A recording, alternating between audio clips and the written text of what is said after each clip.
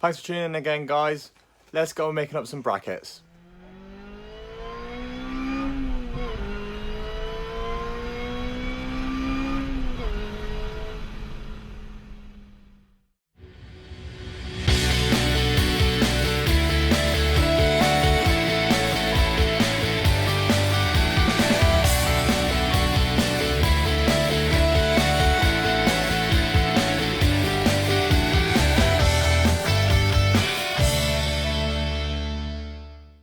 Okay, so I've made this sort of front support out of cardboard, which I'll transpose onto metal later on. Probably make it out of 3mm, I expect, so it's nice and strong. Also down in the front then, you can see it's going to protect all the front of the fuel cell when it's in there, so none of it will be on show. It's boxed in the corners as well, as you can see there, so that way it's going to protect all the front of the fuel tank if I do have a frontal impact there. And also it's going to give me somewhere to attach the straps to, so I'm going to have two flaps coming off sort of outwards here and out here, and that way then I can bolt down the straps onto there to hold the fuel cell in. So that's the back support done. Now I've just got to work out, sorry, front support done, now I've just got to work out the back one, so that's the next bit.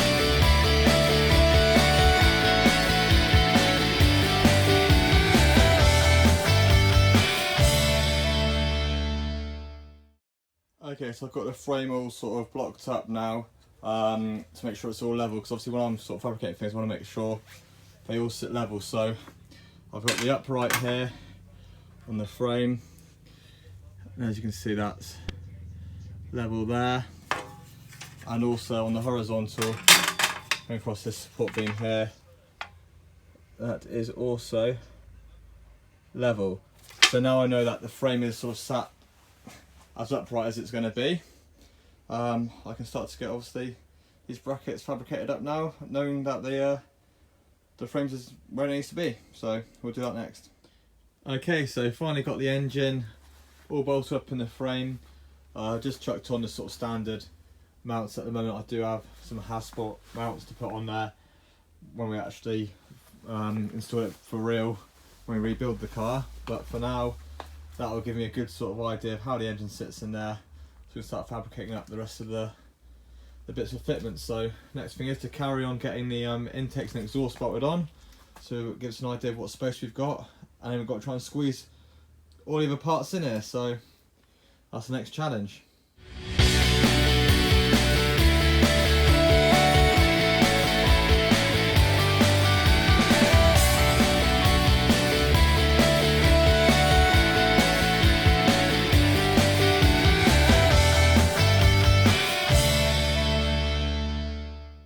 Okay, so that's the intake manifold all bolted on, and also the exhaust. So yeah, I'm hoping to have like a centre exit exhaust through the rear diffuser, so I might have to sort of change the sort of standard exhaust system. Seems like it sticks out a hell of a long way, so I'm not quite sure what that's all about. But it's all lined up and all the springs are all connected, so should be as it should be. But the great thing about having that back end cut off there is that I can literally just lift that back end over the whole frame and just sit it on, then just work out how much space I've got to work with, and then just pull it away, and then I've got full access to everything. So that's going to be really helpful for sorting out all these parts I've got to try and squeeze in this back section.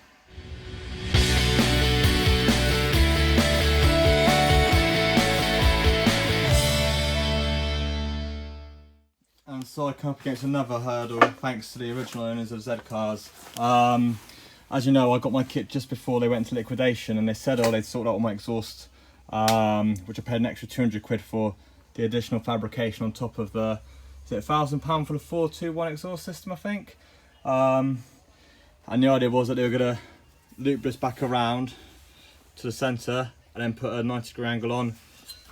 So I've got this triangular Scorpion exhaust, which basically is going to be coming out the back of the car, something like that. I don't know if you can see it because I'm sort of not looking at the screen, but the idea is it comes out like that. But obviously going to liquidation, they must have either lost my part or actually not bothered making it. They've just chucked on the standard, get it off. They've just given me the standard sort of tailpipe exit with a bend, but that's obviously, well, I'm not quite sure how that's supposed to come out. It's almost like it's forward facing more than anything. So yeah, so brilliant. So gonna have to get this sort of fabricated up now.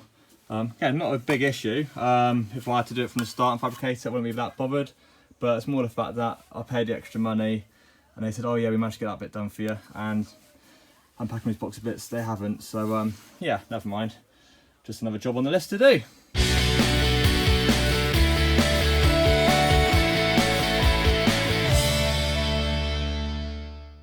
Going to try and suggest that mini shells are perfectly straight to start with, but this is the center point of the car, and as you can see, the shell's lining up really nice and level. My floor is level as well, before anyone says that. Coming back round to here, I've installed the supercharger bracket, and that's all on there. I just clamped the bottom of the shelter there because it basically does need clear by a few mil. That will hold it. I mean, it's not true exactly to shape, but again, the nice thing is you can see down the cut line, it's really nicely lined up with the actual edge of the frame, as it is all the way down the sides here. You can just see the frame coming in and out of focus there. So I'm happy that's where the frame will sort of sit on the car, albeit 5 mil here or there, which will be fine for, you know, space-wise, working out where things are going to go, because I'm not going to be using that tight tolerance. So my job at the minute is going to be trying to sort out this exhaust system. I'm going to struggle with a bit of clearance issues on the bottom, so I may have to get this silencer rebuilt slightly differently to allow room for that. So I'm just going to sit and have a little scratch of my head and see what I come up with. Okay, so the car's finished. No, it's not. Yeah, happy with that. As it's just sort of perched on there at the moment, but you can see the sort of cut line there lining up. I did, unfortunately, on this side cut it back a little bit too far before then it straightened up off there, which I'm a little bit annoyed about. But it's not too much of a problem because I have a carbon fibre roof skin anyway, so I can just measure that back out, and obviously the carbon fibre roof skin's going to stick onto there anyway.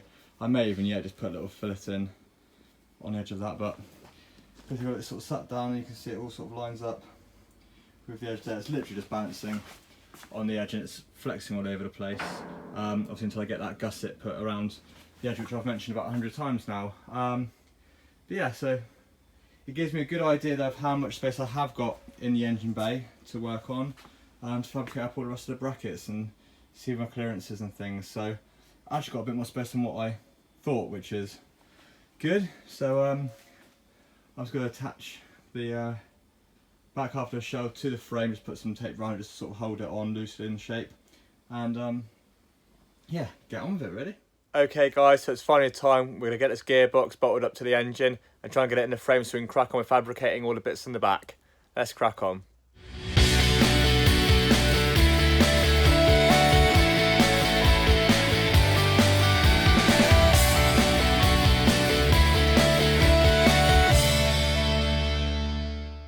Okay, so I've got these Hasport mounts, which is going to replace a standard one in here. As you can see, it just looks like it's just had a bit of strip of metal put around it and welded on to bolt on there.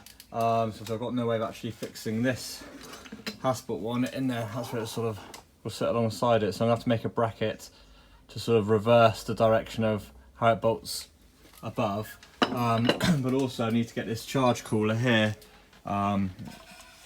bolted onto it as well. This has got these two standard brackets on the bottom here, which are going to be too high. It's going to push up too high, and it's not going to line up with the throttle body. So I'm going to have to chop these off, and I'm going to try and integrate fixing this charge cooler into the bracket where it goes onto the mount. Also, I'm going to use these mounts down here, these bolt holes here, for the other support for the charge cooler, because ultimately it's going to try and sit in sort of like that in the frame. So as you can see, they sort of push it up and off too high, and so I need to lower that down. Then that bracket here by my fingers, this one I'm tapping, should go straight down pretty much onto those bolt holes down there. So some more fabrication to be done. Okay, so I've got this bracket all welded on now, just to raise up the charge cooler. So as the outlet on the charge cooler lines up with the intake manifold, so that's all the right height, all level as well, so that's all done. Now I'm just trying to make a bracket to join basically the bracket from the charge cooler, which comes from here down, and basically I'm going to use these two bolts on this gearbox mounting just to sort of hold a plate up there, just to mount it to, because it's not a huge amount of weight. Most of it will be down onto here, it's really just a bit of a support there. So just going to bend that up now and get that bolted on now.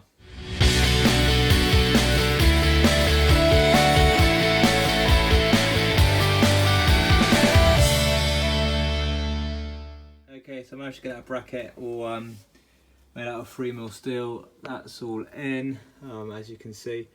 Just sort of loosely tightened up the bolts there, and just threaded through a bolt in the top bit where it actually meets.